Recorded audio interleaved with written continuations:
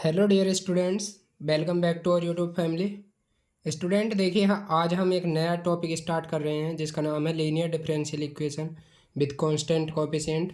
और देखिए, इस वाले चैप्टर से आपको देखने के लिए सबसे ज़्यादा क्वेश्चन मिलेंगे सेकंड सेमेस्टर में। ठीक है, तो इसका रूल क्या होता है, वर्किंग रूल क्या पहचान होती है, वो आज की वीडियो में हम देखेंगे। तो चलिए वीडियो को स्टार्ट करते हैं। सबसे पहले हमारा जो नाम से ही पता चल रहा है इसमें लीनियर डिफरेंशियल इक्वेशन, तो सबसे पहले हमें ये पता होना चाहिए कि लीनियर डिफरेंशियल इक्वेशन क्या होती है। तो ऐसे ही ऑरली बता देता हूँ।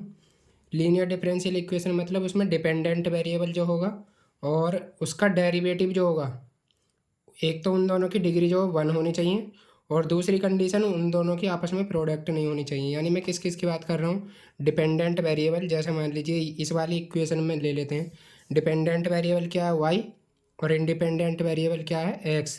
तो इसमें डिपेंडेंट वेरिएबल यानी वाई और इसके जो डेरिवेटिव हैं, जैसे एक ये होगा इसका डेरिवेटिव, एक ये है, तो इनकी सबसे पहले डिग्री वन होनी चाहिए। जैसे यहाँ पर देखेंगे इसकी भी पावर वन है, इसकी भी पावर वन है और इसकी भी पावर वन है। और डिपेंडेंट वेरिएबल की भी पावर होनी चाहिए। जैसे यहाँ पर देखिए वाई है तो इसकी पावर कितनी होनी चाहिए, वन होनी चाहिए केवल। और इनका कहीं भी आपस में दोनों का प्रोडक्ट नहीं होना चाहिए। देखेंगे आप यहाँ पर कहीं भी वाई और इसके जो डेरिवेटिव हैं इनका कहीं भी प्रोडक्ट नहीं है, तो ये हमारी लीनियर डिफरेंशियल इक्वेशन की पहचान होती है। उसके बाद में अब आते हैं हम कांस्टेंट कोएफिशिएंट पर। तो इनके जो डेरिवेटिव के कोएफिशिएंट होंगे, डेरिवेटिव या फिर जो डिपेंडेंट वेरिएबल होगा उसके जो कोएफिशिएंट होंगे, जैसे यहाँ पर ये ए एन है, ए एन माइनस वन है, ए वन है, तो ये हमारे कांस्टेंट होंगे। कांस्टेंट जैसे वन टू थ्री हो सकते हैं, माइनस वन माइनस टू हो सकते हैं, या कुछ भी नंबर हो सकते हैं यहाँ, लेकिन वो कांस्टेंट ही होंगे। एक्स नहीं हो सकता यहाँ पर, ठीक है। और इधर जो हमारा एक्स का फंक्शन होगा केवल, यानी ओनली एक्स का फंक्शन। और यहाँ पर ये जीरो भी हो सकता है, इसमें कोई प्रॉब्लम नहीं है। तो इस टाइप की जो डिफरेंशियल इक्वेशन होती है हमारी linear differential equation with constant coefficient कहलाती है। अब इस वाली इक्वेशन को हम इस प्रकार से भी लिख सकते हैं, जहाँ पर ये डी जो है, डी किसके लिए है, ये है डी अपॉन डी एक्स को रिप्रेजेंट करता है, ठीक है। तो इसे इस वाली जो इक्वेशन है इसे इस टाइप से भी लिख सकते हैं, या फिर हम एक टाइप और होता है, यहाँ से वाई को कॉमन कर लेते हैं तो ये डिफरेंशियल इक्वेशन ऐसे बन जाती है। अब इस वाले इक्वेशन का यानी linear differential equation with constant coefficient का एक एग्जांपल है। तो यहाँ पर देखेंगे ये जैसे इसके डेरिवेटिव में सबसे पहले इनकी डिग्री वन है और इनका कहीं भी आपस में प्रोडक्ट नहीं है, यानी वाई का और इसके डेरिवेटिव का कहीं भी प्रोडक्ट नहीं है। और अगली बात, इनके जो डेरिवेटिव हैं, जैसे यहाँ पर वाई का ये भी कांस्टेंट है और D Y upon D X का कोएफिशिएंट जो है ये भी कांस्टेंट है। तो ये हमारी linear differential equation with constant coefficient है।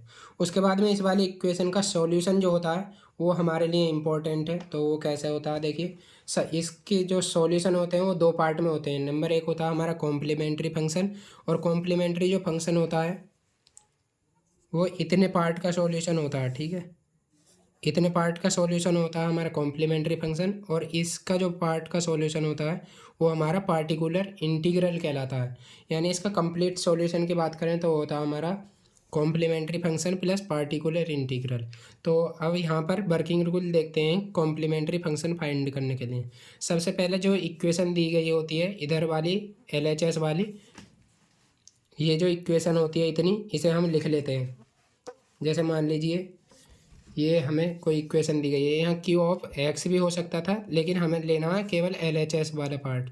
उसके बाद में यहाँ से वाई को कॉमन कर लेते हैं, तो और इक्वल टू जीरो। यानी हम शॉर्ट में कह सकते हैं कि इसे हम इस प्रकार से लिख सकते हैं, क्योंकि ये डी का फंक्शन है ना केवल। अब डी ये तो कांस्टेंट है तो ये तो आ ही जाएंगे, ठीक है। यानी ये अब हमारा इस टाइप से शॉर्ट में हम इसे लिख सकते हैं। अब उसके बाद में क्या काम करते हैं, नेक्स्ट स्टेप में इसकी ऑक्सिलरी इक्वेशन बनाते हैं। और ऑक्सिलरी जो इक्वेशन होती है वो हमारी डी के प्लेस पर एम पुट करने पर बनती है, जो इस वाली इक्वेशन में पुट करेंगे। उसके बाद में तीसरे स्टेप में क्या करते हैं, हम इस वाली इक्वेशन को सॉल्व करते हैं, यानी ऑक्सिलरी इक्वेशन को सॉल्व करते हैं और उसके रूट्स फाइंड करते हैं। यहाँ तक तो काम सभी में करना है, ठीक है।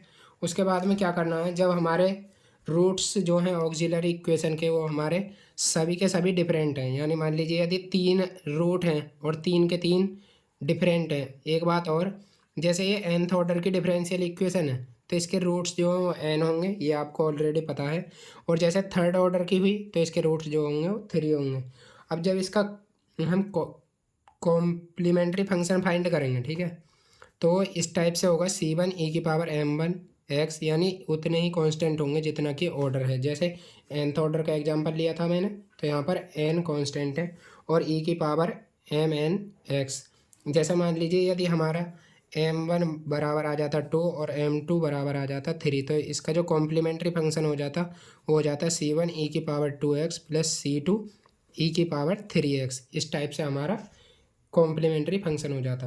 अभी यदि मान लीजिए हमारे आर रूट जो हैं ऑक्सिलरी इक्वेशन के वो हमारे सेम हैं, यानी इक्वल रूट हैं, और बाकी जो अलग हैं वो डिस्टिंक्ट हैं, यानी अलग अलग हैं वो सब।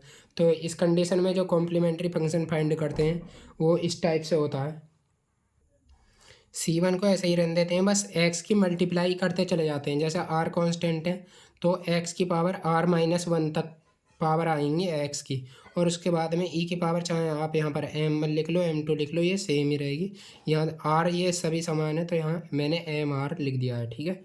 जैसे और बाकी जो अदर रूट होंगे वो ऐसे ही चलेंगे। जैसे मान लीजिए m1 बराबर m2 बराबर हमने ले लिया 2 और m3 बराबर ले लिया हमने 4, तो इसके जो CF हो जाएगा वो हो जाएगा e की पावर पहले c1 और प्लस दो रूट है ना, इसके टोटल जो कांस्टेंट हैं वो 3 होंगे, तो c2x e की पावर 2x प्लस c3 और e की पावर 4x, ये हमारा कॉम्प्लीमेंट्री फंक्शन हो जाएगा, ठीक है। उसके बाद में नेक्स्ट पेज पर देखते हैं।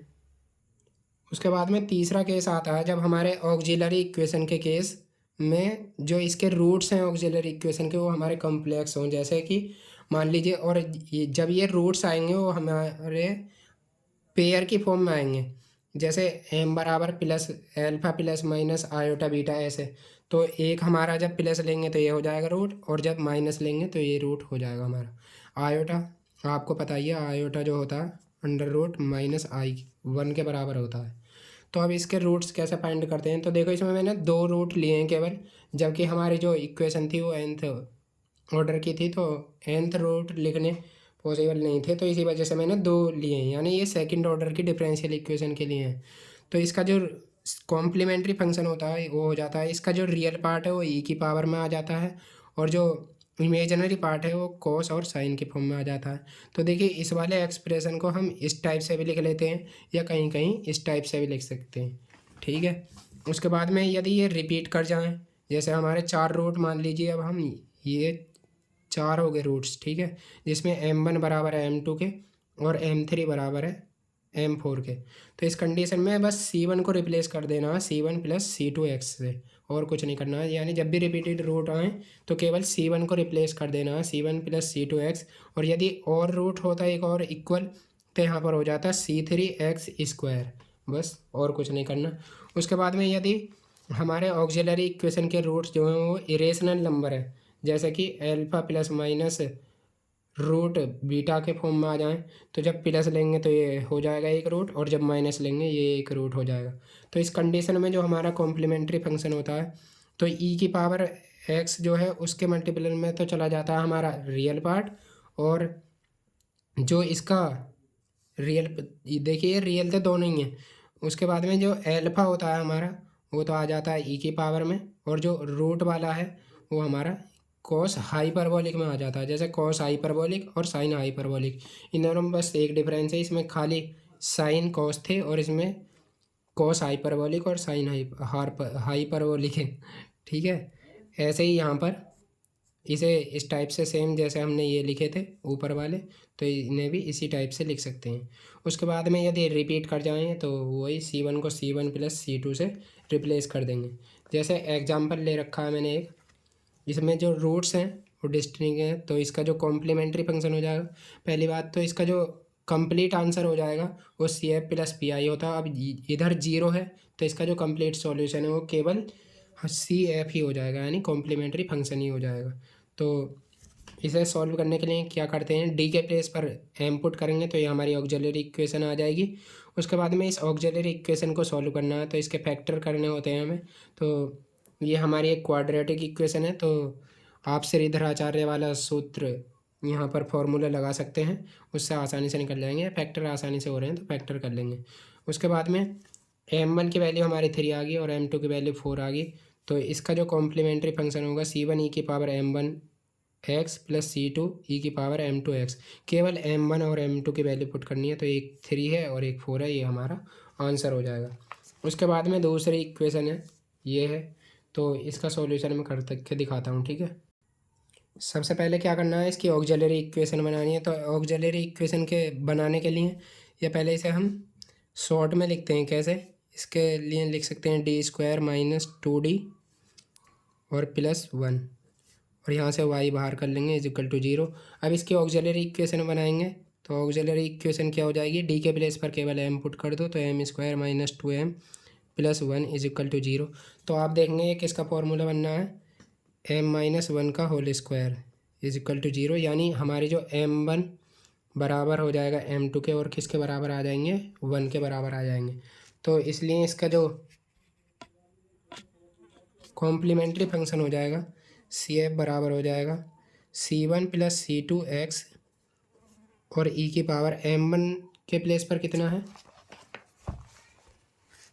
यहाँ m1 के प्लेस पर है 1, तो ये हो जाएगा 1 × x, यानी ये हमारा इसका कंप्लीट सॉल्यूशन आ जाएगा, क्योंकि इधर पार्टिकुलर इंटीग्रल तो 0 है। उसके बाद में नेक्स्ट क्वेश्चन जो थर्ड केस पर बेस है, देखिए थर्ड क्वेश्चन है हमारा जो कॉम्प्लेक्स पर भी बेस्ड है। तो इसे सॉल्व करने के लिए क्या करेंगे, सबसे पहले हम यहाँ से y को कॉमन कर लेंगे, तो इसे लिख सकते हैं हम t³ माइनस 8 को लिख सकते हैं हम 2³ और y = 0। तो इसका फॉर्मूला खोलेंगे, कौन सा फॉर्मूला, a³ माइनस b³ तो ये होता है a माइनस b, और ब्रैकेट में a² + b² + ab। ये वाला फॉर्मूला हम यहाँ पर ओपन करेंगे, तो यहाँ से देखिए कितना हो जाएगा। पहले ऑक्सिलरी इक्वेशन बनाएंगे, तो ऑक्सिलरी इक्वेशन कितनी हो जाएगी हमारी, या जब ऑब्जेक्टिव करो तो ऑक्सिलरी इक्वेशन मत निकालना, सीधा डी की वैल्यू निकालना है यहाँ से। अभी जब दिनेश पेपर सॉल्व कराऊंगा तो वहाँ पर बता दूंगा। तो ऑक्सिलरी इक्वेशन हो जाएगी m³ माइनस 2³ = 0। अब इसे सॉल्व करेंगे तो हो जाएगा m-2 और m² + 2 का स्क्वायर हो जाएगा, तो ये 4 + ab, यानी ये 2m हो जाएगा = 0। उसके बाद में एक तो m1 = 2 आ जाएगा, और ये हमारी क्वाड्रेटिक इक्वेशन बननी है। तो आप आसान ये रहेगा कि आप इसे श्रीधराचार्य वाले फॉर्मूले को लगाएं, वरना आप यदि इसमें फैक्टर करने लगे तो इमेजिनरी आएंगे और फिर वो नहीं होंगे। तो यहाँ से m बराबर कितना हो जाएगा, -b, b के प्लेस पर कितना है 2 + माइनस √ b², b के प्लेस पर 2 यानी 4 माइनस 4ac, 4 × a के प्लेस पर 1 है, और c के प्लेस पर कितना है 4 × 1 × 4 अपॉन 2 × a के प्लेस पर हमारा 1 है, ठीक है। तो क्या हो जाएगा यहाँ से -2 + माइनस √ यहाँ से 4 कॉमन करेंगे, यानी कि तो यहाँ √ में बचेगा -12 अपॉन 2, ठीक है। अब इसे हम लिख सकते हैं 12 √12 आयोटा, ठीक है। अब 12 को इसका जब √ निकालेंगे तो ये हो जाएगा हमारा -2 + माइनस, यानी अब हो जाएगा ये 2√3, उसके बाद में अपॉन 2, यानी कि m1 और m2 की वैल्यू कितनी आ जाएंगी हमारी, यहाँ से लिख देता हूँ, ठीक है। m1 की वैल्यू आ जाएगी हमारी वो 2 आ जाएगी, m2 की वैल्यू कितनी आ जाएगी, एक बार यहाँ से प्लस साइन लेंगे और इसे 2 से भी डिवाइड कर देंगे, तो हो जाएगा -1 -√3, और एक हो जाएगा m3 की वैल्यू हो जाएगी -1 और +√3 आयोटा आएगा यहाँ पर, ठीक है, आयोटा भी था ना। तो ये हमारे इसके रूट्स आ जाएंगे। उसके बाद में अब इसका कॉम्प्लीमेंट्री फंक्शन क्या हो जाएगा, CF = c1 e की पावर m1x, m1 के प्लेस पर कितना है 2x, तो ये तो हमारा नॉर्मल ही है। उसके बाद में ये हमारे कॉम्प्लेक्स रूट हैं, और ये जो आएंगे हमेशा पेयर में आएंगे। तो ये क्या हो जाएगा इसका e की पावर, जो रियल पार्ट होता है जैसे यहाँ पर है -1 इंटू एक्स और ब्रैकेट में C1 कॉस, यहाँ पर इमेजिनरी वाले हैं तो केवल कॉस आएगा। बीटा के प्लेस पर कितना है √3, तो √3x plus C2 sign √3x। यही से और हम लिख सकते हैं C1 e की power 2x plus C1 e की पावर -x और कॉस √3x प्लस C2, या इसके प्लेस पर कॉस के प्लेस पर साइन लिख सकते हैं। तो ये हमारे इसका कॉम्प्लीमेंट्री फंक्शन हो जाएगा और कॉम्प्लीमेंट्री फंक्शन है और इसका जो कंप्लीट सॉल्यूशन हो जाएगा वो भी हमारा यही हो जाएगा, यानी ये बराबर हो जाएगा y के। उसके बाद में हम एक और नेक्स्ट क्वेश्चन देखते हैं। तो क्वेश्चन ये है, अब इसे सॉल्व करते हैं, ठीक है। देखिए इसे मैं कैसे लिख सकता हूँ, देखिए ये आसान है इसलिए मैंने ले लिया है बस समझाने के लिए, वरना एग्जाम में ऐसे क्वेश्चन नहीं आने के हैं सेकेंडरी सेमेस्टर में, ठीक है। तो इसका जो जब इसे सॉल्व करेंगे तो इसे हम इस प्रकार से लिख सकते हैं। सबसे पहले इसकी ऑक्सिलरी इक्वेशन बनाते हैं, तो ये हो जाएगी m⁴ प्लस 8m² प्लस 16 = 0। इसे मैं लिख सकता हूँ m⁴ plus 4m² plus 4m² plus 16 = 0। आगे की जो वीडियो आएंगी उनमें मैं इन इक्वेशन को सॉल्व कैसे करते हैं वो भी बताऊँगा, ठीक है। तो यहाँ से m² दोनों जगह से कॉमन कर लेंगे तो ये हो जाएगा m² प्लस 4, और यहाँ से 4 कॉमन कर लेंगे तो ये हो जाएगा m² प्लस 4 = 0। अब देखेंगे यहाँ से m² प्लस 4 यहाँ से भी कॉमन है, यहाँ से भी कॉमन है, तो इसे कॉमन कर लेंगे m² प्लस 4, तो यहाँ से बचेगा m² और ये वाला प्लस 4 = 0। तो आप देखेंगे किसी एक फैक्टर को हम सॉल्व करते हैं तो यहाँ से 4 वैल्यू आएंगी इसकी और चारों की चारों सेम आएंगी, यानी कि यहाँ से बात करूँ मैं तो m बराबर आ जाएगा m² बराबर हो जाएगा -4, यानी यहाँ से m की जो वैल्यू आ जाएगी वो आ जाएंगी ±2 आयोटा, ठीक है। अब सिमिलरली इससे आएंगी 2 वैल्यू, वो भी ±2 आयोटा आएंगी। तो इसके 4 रूट्स आएंगे जिनमें से 2 सेम हैं, क्योंकि एक बार जब प्लस लेंगे तो m1 बराबर होगा m2 बराबर मान लीजिए -2 आयोटा हो जाएगा, और m3 बराबर हो जाएगा m4। इसे लिख सकते हैं हम 0 + 2 आयोटा, यहाँ भी 0 - 2 आयोटा लिख सकते हैं। तो अब इसका कॉम्प्लीमेंट्री फंक्शन हो जाएगा, क्या हो जाएगा, और कॉम्प्लीमेंट्री फंक्शन मतलब इसका कंप्लीट सॉल्यूशन, क्योंकि QX तो हमारा 0 है, तो कॉम्प्लीमेंट्री फंक्शन हो जाएगा e की पावर m1x, तो वो तो हमारा 0 है तो ये तो ऐसे ही हो जाएगा C1। अब 2 रूट इक्वल हैं तो ये हो जाएगा C1 प्लस C2x, और यहाँ से हो जाएगा कॉस, इमेजनरी है तो यहाँ पर कॉस आएगा, वरना साइन वो आता कॉस हाइपरबोलिक, तो ये हो जाएगा 2x। इसी प्रकार से C3 प्लस C4x, और ये हो जाएगा साइन 2x। ये इसे हम इस प्रकार से और भी लिख सकते हैं, e की पावर x वाला तो हमारा है ही नहीं, तो ऐसे ही रहने देते हैं, ठीक है। ठीक है, तो इस प्रकार के क्वेश्चन को हम इस प्रकार से सॉल्व करते हैं।